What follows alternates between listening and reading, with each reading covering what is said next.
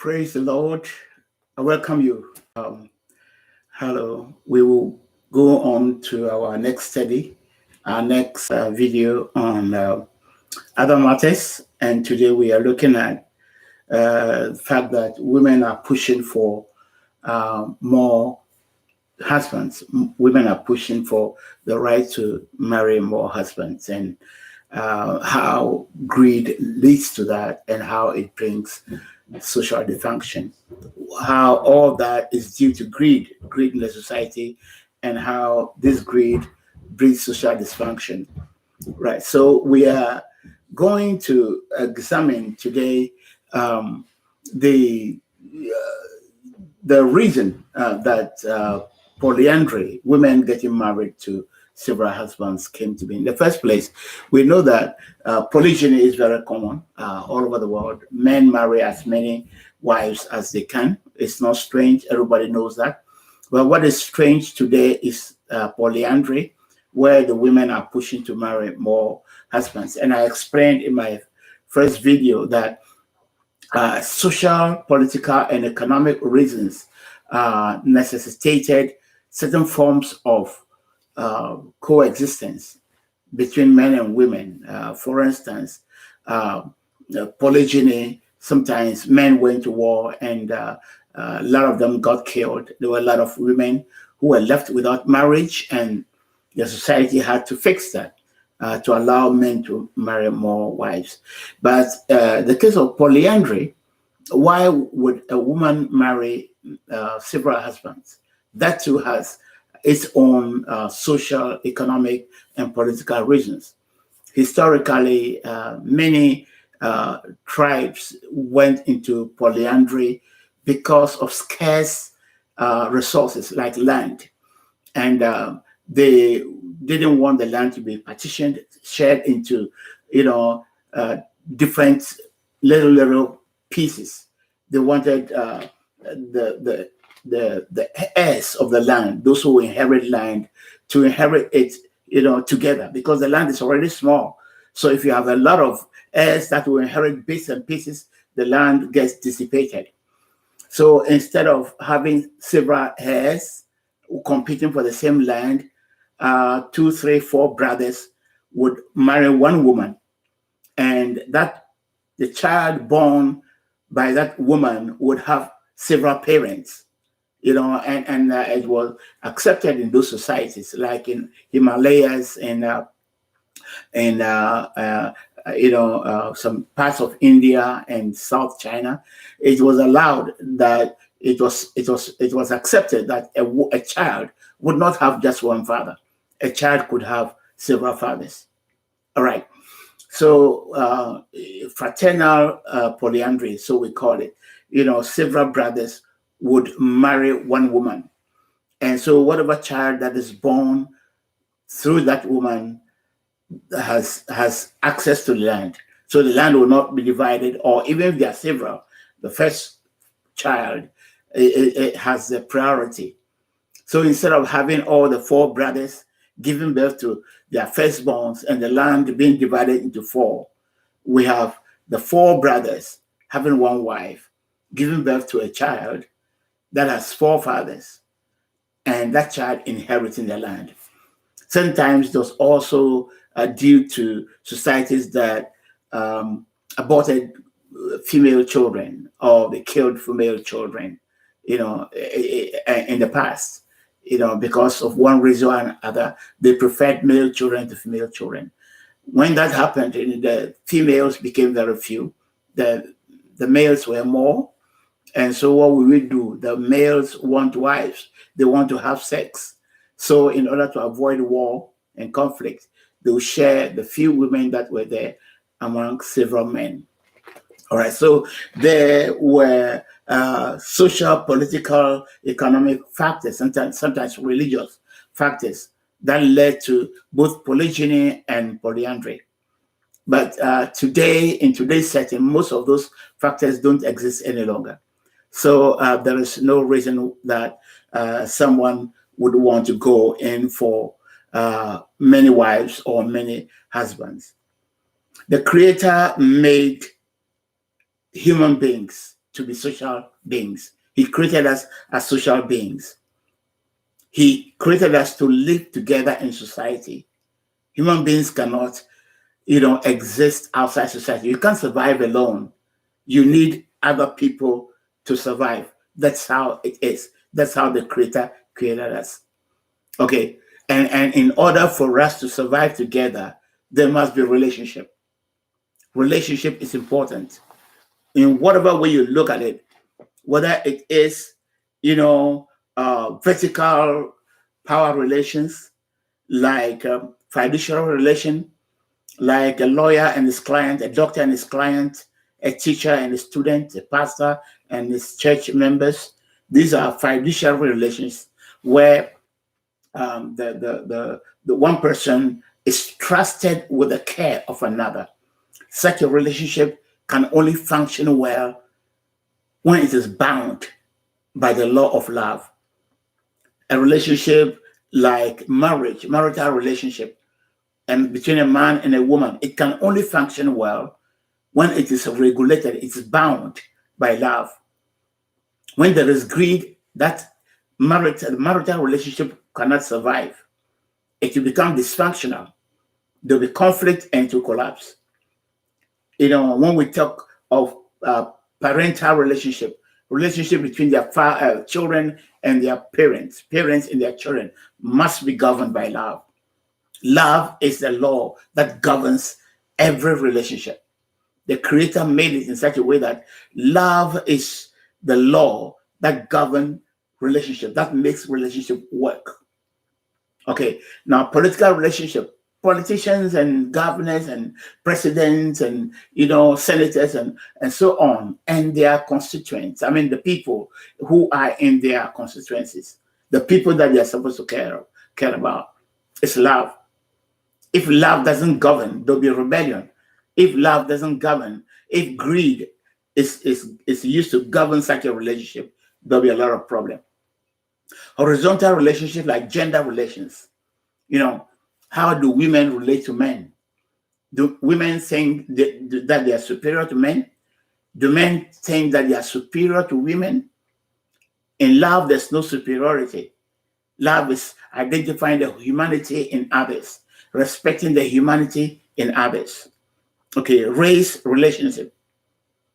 How do the races relate? Black, white, blue, yellow. How do we relate to one another? Is that relationship governed by love or governed by a sense of superiority and oppression? When one race oppresses the other, you cannot oppress them forever. One day they'll rebel. If one group of people dehumanize another group of people, you cannot keep them there forever. One day they will rise. They will attack. Social relations, social structure, higher class, lower class. Why are there, classes? Why is there the social strata? Yeah, because there are some people who, by virtue of where they were born, who gave birth to them, where they live, they have more opportunities than others. Other people are not able to compete with others because of the way maybe their physiognomy, they were born with diseases, they are born in places where they didn't even have the opportunity, and so on and so forth. So love is the relationship that God gave to govern all kinds of, love is the law that God gave to govern all relationships. Love is giving what we are and what we have for the ultimate good of another. Love is giving. Okay, sharing, passing it on. Greed is keeping, amassing, keeping it all for myself. Okay, so greed is the basic illness, the basic disease that destroys society. And in every human society, love is the law. Love is the law of God. And as the Bible tells us in John 15:9, I have loved you even as the Father has loved me. Remain in my love. And John 13:34. So now I'm giving you a new commandment. Love each other just as I have loved you. You should love one another. The commandment of God is just one: love. Because that's the only thing that will keep society together. If we reject this commandment of God and we rather take the character of Satan, that is greed. If I want everything for myself, I do not care about my wife. If I don't care about my children, I don't care about my neighbor. Yes, that relationship will not last. That is what we forget. Those people who push to keep on having more and more and more. In the first place, you're going to leave everything and go, right? You're going to leave everything and go. Greed, leads to conflict. Greed always leads to conflict. And unresolved conflict will definitely lead to social dysfunction, a dysfunction of relationships. Relationships won't work. The people that have been given power to take care of others, like politicians, like parents, like we say, the man is the head of the home. What does it mean to be the head of the home? If you begin to take advantage of the people that you're supposed to take care of, God has put into your care to take care of them. Even when twins start a business, one will be, the CEO and the other will be the assistant. You can't have in double heads, a two-headed company. It will be a monster, right? So there must be somebody who will be the head of the family, and God has given that responsibility to the man. That doesn't mean that you're a boss. That doesn't mean you are superior to a woman. But unfortunately, all over the world, men have, they've created this impression that they are superior to women. We've held down women, oppressed women for centuries, made women to become like secondary citizens. Sometimes they are not even treated as human beings at all. This leads to rebellion. You cannot oppress people for so long. You cannot oppress a group of people for so long. They will rebel one day. Or one day God will give them a savior. The way that people have treated each other, tribes have treated one another, races have treated one another, men have treated women. And it has not always been men oppressing women. There were times that women oppressed men. And why is this? It is greed. Wanting to have it all. Instead of loving, giving, sharing the resources that God has made for all of us. Some people, out of greed, want to keep it. That is a problem of the world. That is the problem of the world. Who put the gold in the soil? Who put the oil in the soil? It doesn't belong to any one of us. It doesn't belong to the millionaires and billionaires. It is a common heritage. It's common property. It's a common heritage for all humans on earth. But because someone has power, he has power, political power or economic power, financial power to exploit them, he takes all and says it's mine. And he keeps all the money there and uses that money to oppress other people, to make other people become slaves. So other people are writhing under the weight of greed. The world is suffering under the weight of greed. The majority of people are suffering under the weight of greed. People who never have enough. And I've said that greed cannot be satisfied. Greed is a disease of the soul that must be healed. And it can only be healed by its one antidote. That is love. And love comes from God. God is love. So when you are a husband and you continue to oppress your wife, I know some cultures in Africa, in northern Ghana, northern Togo, and in West Africa, where a woman is not supposed to make a yam mound, the yam mounds in which you plant yam. A woman is not supposed to, make a yam mound because yams are cash crops. And the woman is only allowed to grow millet and wheat that will be eaten at home.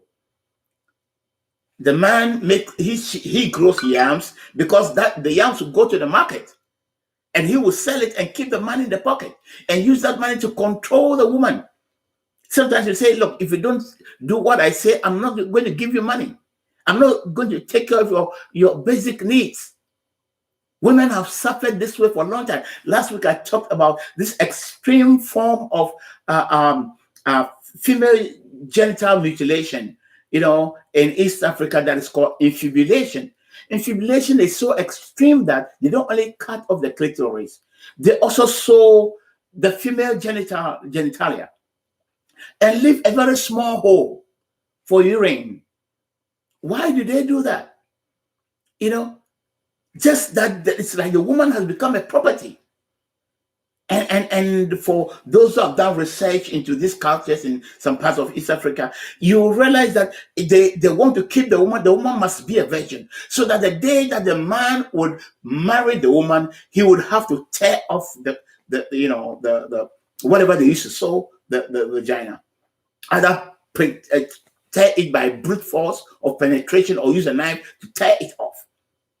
And the girls interviewed say how difficult even it is to urinate. Why? Because of the greed of a man, greed of men. We alone must enjoy sex. The woman should not enjoy sex. In some cultures, when a woman prepares food, prepares soup full of meat, she'll take all the meat and put it in front of the man.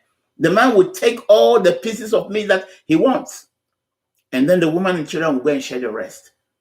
Women have gone through suffering. In the Bible, we have, the cases where women, were treated just like, pieces of objects that belong to the property of men.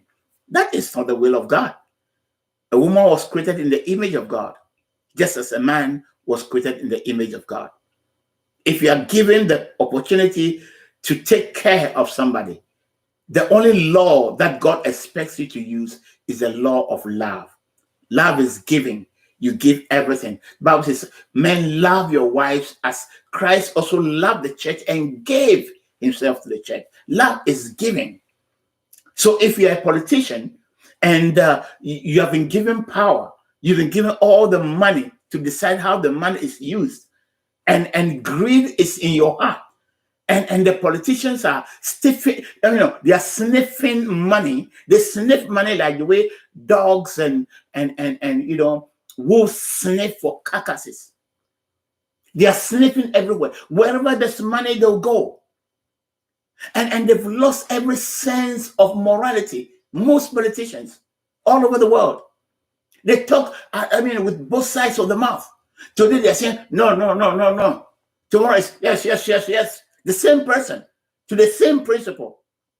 How can that be? So the people are suffering under the weight of greed. The politicians are greedy. They're only thinking of the next election. So that they'll keep their position as a senator, as a member, a legislator, or as a president, as a governor, or whatever.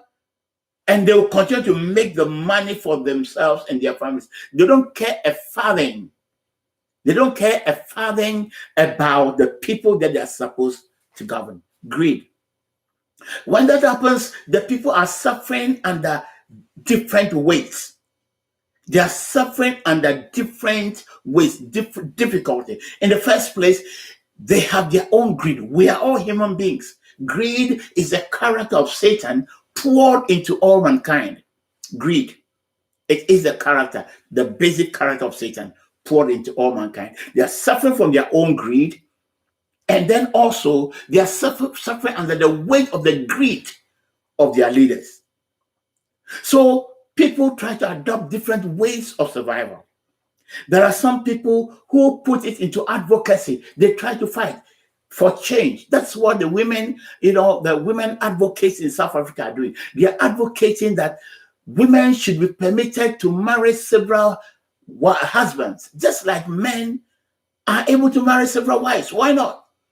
If men find that it is okay not to be satisfied with one woman, and then you can marry as many as you are, why would you want to keep all your women in a harem and treat them like your property? Solomon alone had 1,000 women. 300 wives and 700 concubines. Sometimes you sleep with one woman only once in the lifetime of that woman, and she's, pushed into the harem. And once the king has slept with her, no one else can sleep with her. It's just a matter of the man, my pleasure, the pleasure of the man. No, it can't go on forever. You can't oppress a people forever. So some people take advocacy, other people use religion. Well, our reward is in heaven. Our reward is in heaven. Let us be poor on this earth. They are praying, they are fasting, they are trying, they are coping. They are coping under their own, the weight of their own greed, because they are lasting after all this thing that you last after all this thing that the politicians want, after all this thing that the celebrities are having. They also want it. They're also human beings. They also have lust. So their own lust, and then now the leaders who are having given the right to govern are demanding so much from them. Keep working. People have to work 3 jobs before they can put food on their table, before they can pay their rent, they can pay their bills.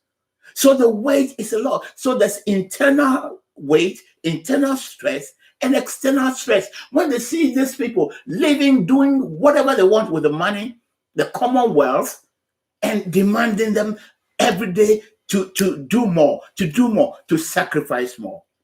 So some of them take religion, others do therapy to control their stress, and their actually their state of mind. They actually the system is making them crazy. They have to do therapy. Others, have mental illness. Mental illness. Others succumb. They have mental illness. They are not able.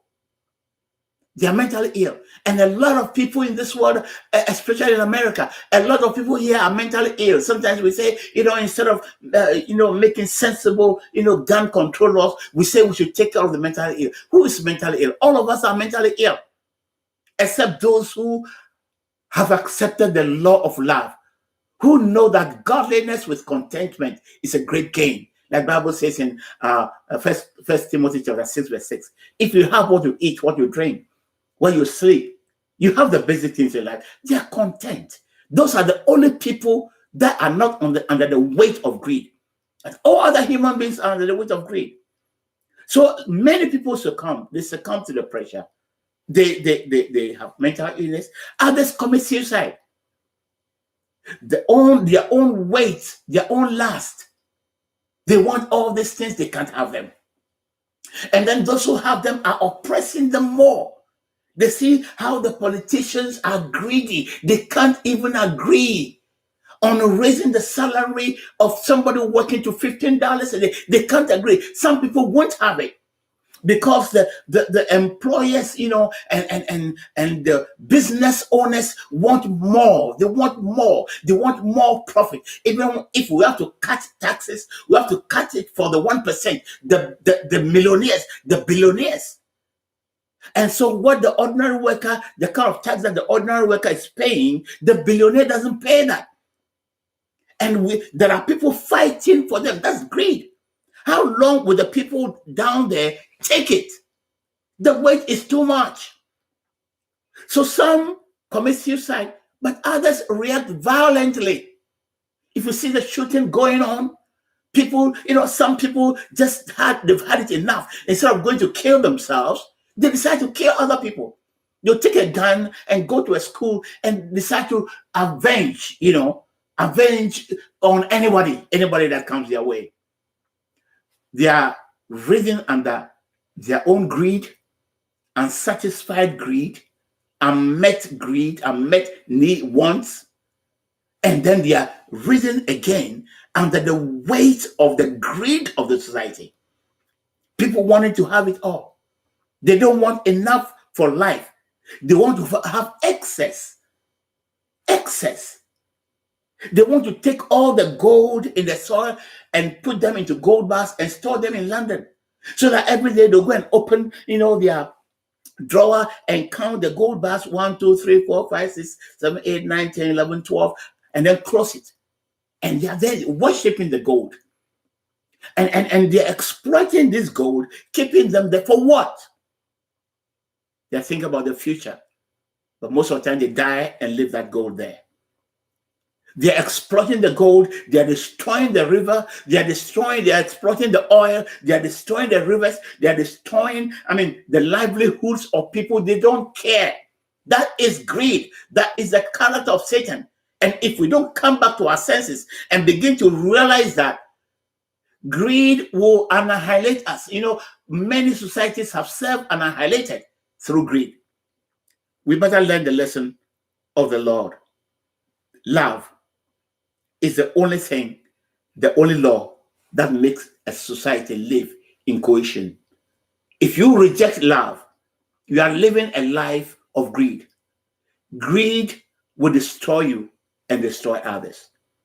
The things that we are seeing in our society, the things that are going on, the strong oppressing the weak, that people can't even eat 2 times a day. Others are, buying their own private jets, buying yachts. They'll take their yacht and go and dine on the sea with their girlfriends. They are throwing money away, following of the, teenage girls, sleeping with people, throwing money away when others were working hard. Have to do 3 jobs, 4 jobs in order to live. Sometimes it's just too much. Too much. Apart from looking, watching the television and watching the politicians play their politics. They play their politics. Even if the government, as a government in power, suggests something that is good for the population, when the opposition gets to know that thing, if implemented, will make the government popular, they'll reject it. Because if they allow the government to implement that policy and the people in the nation are relieved, they'll vote again for that same government. That government will become popular. So in order to come to power, they will oppose it, even if they know that that's the best thing for the government. And I'm not saying just for one political party, all the political parties. Greed. Beloved, we have to be careful. We have to be careful. People cannot continue to suffer from the blows within, from their own greed, unmet greed, unsatisfied greed, and then the greed from the exterior. The politicians, the pastors have become more greedy than anyone else. They're taking from the church members, taking money, and it's not enough because greed cannot be satisfied. Taking tithes and offerings and contributions from members, and every day taking. The people that are there cannot even, some can't even eat 2 meals a day, but we take from them. The widows and orphans that the church was taking, the primitive church or the first church was taking care of. Today we are twisting their arms to take money even from widows and orphans and the poor. What do we do with the money?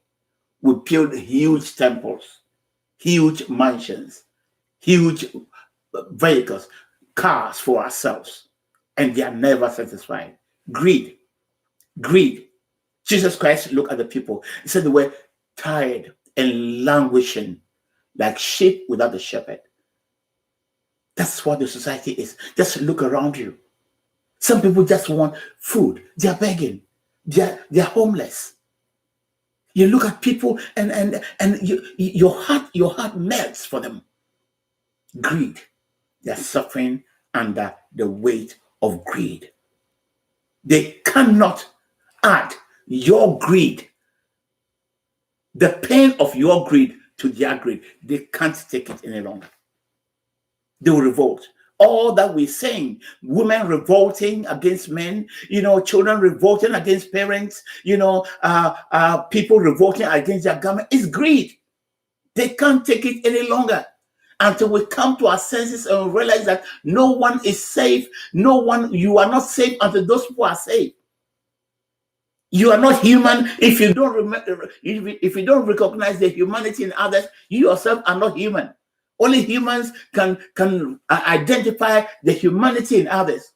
If you dehumanize people, you yourself are dehumanized. That is why you can't even see humanity in others. So we need to know that the people, the women in South Africa who are advocating for women to marry more husbands, they've chosen the right human way to do it by advocating, striving for a change of law. They have not taken up arms. They are not killing their husbands like others do. They are not giving birth to babies and throwing them away. Today we have abandoned babies because men think that somehow raising babies is the work of a woman. And today we're asking you even to give them some money to hire a babysitter so that she can go to work. That want you say no. What do you want them to do? What on earth do you want the woman to do? Greed. Greed has made us completely inhuman. We have been dehumanized. We no longer think well. The simple thing that we're supposed to know, we don't know it. The Bible says in 1 Timothy chapter 6, verse 6 onwards, godliness with contentment is a great gain. If you have food to eat, you have clothes to put on, you have a place to sleep, maybe a vehicle to move up and down. Even if you don't have a vehicle, there are buses and trains. You should be content. Because it is clear that we brought nothing to this world. You were born naked. You got to go naked. Whatever they put in your coffin, you will not go with. You cannot go with it. Right? You cannot go with anything that they put in your coffin. There are some people, some customs, some traditions that will load a lot of things, a lot of goods into the coffin. They'll just get rotten. And it's ignorance. Whatever you put in the coffin, the person will not go with it. You came naked. You're not going to take anything out of this world. The Bible says again in Matthew, the book of Matthew, that you see, don't store up treasure for yourself on this earth. Don't store up treasure on this earth. You're going to leave it and go. When the Bible says don't store, don't harbor, don't amass it. Love is giving, pass it on. And as long as you pass it on, God will continue to provide. But we are saying, no, I will not pass it on. I'll continue to keep it all for myself and let others starve. That is what God doesn't want. God is not against people being wealthy. God is against people amassing the wealth. That is what Jesus Christ doesn't want, because the law of relationship is the law of love. Pass it on, and the one who provided will provide more, so you can pass it on. We are not all equal. We're equally created, but we are not equal. The conditions of life are such that people don't have the same opportunities. People don't have the same health. We can't compete, equally under the same conditions. That is why there are the poor. Jesus Christ said, the poor will always be with you. But if we are so greedy, we allow the character of Satan to take us over completely to the point where we don't want to share, then, it's mayhem in the end, because greed will destroy itself. Greedy societies in the past have self-annihilated, and that's where our society is going to. No matter what democracy we practice, if greed is the basis for our democracy will self-destroy. Human beings will destroy themselves. I want you to join me in my next video as we go on to talk about other matters, very important subjects. I pray that God will save you. God will heal you from the power of greed, from the spirit of greed, so that you'll be able to share. Why not share your food with somebody today? Somebody that is hungry. God will bless you when you do that. See you in the next video.